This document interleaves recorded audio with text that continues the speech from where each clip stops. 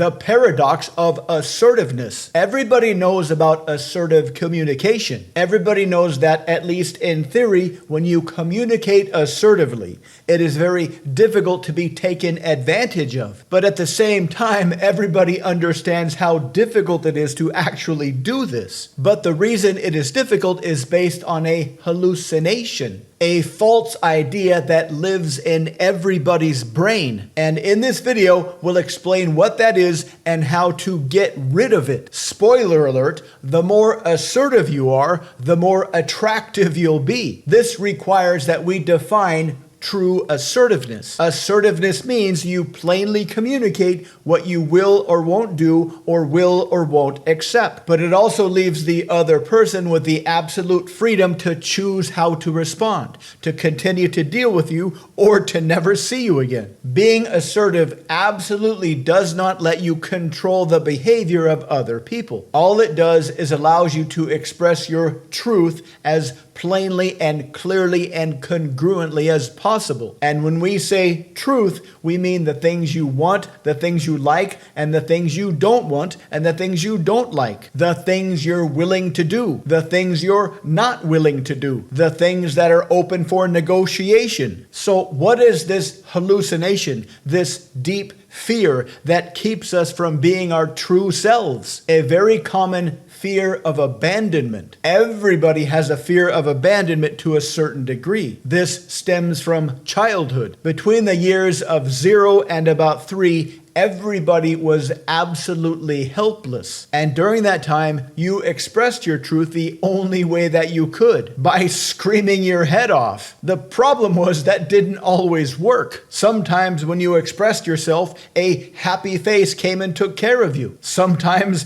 an angry face came and took care of you. Sometimes nobody came to take care of you. And that created a lot of anxiety. Evolutionary psychologists believe we have a basic cause-effect generator inside of our brain. This has been shown during studies with children as young as 6 months old. What does this mean? Our brains just can't accept random data. Even if the data actually is random, we will unconsciously and instinctively ascribe meaning to that data. So what happens when you're 2 years old and you're screaming your head off and nobody comes to take care of you? What's the cause-effect formula that your 2-year-old brain comes up with? Expressing myself is dangerous. Expressing my wants or needs or desires is dangerous. Expressing my wants or needs or desires may invite anger from other people. If I express my wants or needs and desires, I might get rejected and abandoned by other people. This is the common origin story of everybody's fear of abandonment. So when we are adults and we want to express our truth to another person, a stranger, this structure feels very familiar and causes anxiety. And that brings up these cause-effect patterns we learned back when we were 2 years old. But as adults, the opposite happens. The more you walk on eggshells around others because of fear of being rejected, the less likely they'll want anything to do with you. The more you assert your boundaries, the more you assert the things you want and desire, the more you assert what you won't put up with, the more attractive you'll be. Why is this? Because every time you assert what you don't want, what you won't put up with, this creates scarcity. And all else equal, we value things that are scarce more than things that are not scarce. This also demonstrates a deep sense of confidence, which itself is an attractive trait. So how specifically do you assert yourself? When it comes to expressing your wants and desires, be as congruent and truthful as you can. Express what you want from whoever, but at the same time, let them know through your communication that they are free to say no and never see you again. Hi, you're really pretty. I'd love to get your number so we can hang out sometime and maybe find out a little bit about each other's personality. But if you don't want to give it to me, that's totally cool.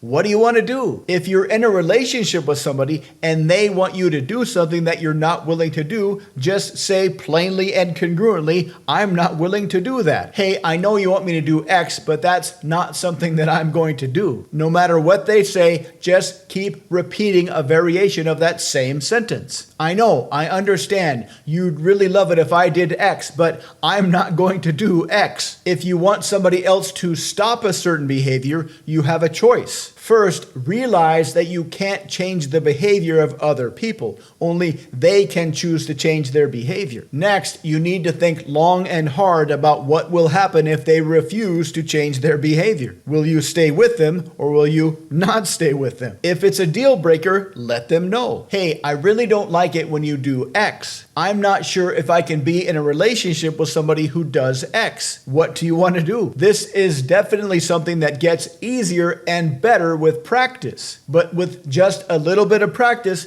you'll find that the more you calmly and congruently assert yourself, the more people will naturally respect, admire, and feel a sense of attraction for you. Try it out and see what happens. If you're interested in more ways how you can use language to significantly improve your life, please visit mindpersuasion.com. Check out the links below for more information. And because we make videos almost every day, please subscribe to our channel so you can continue to learn more. Let us know what you think in the comments. Thank you for watching.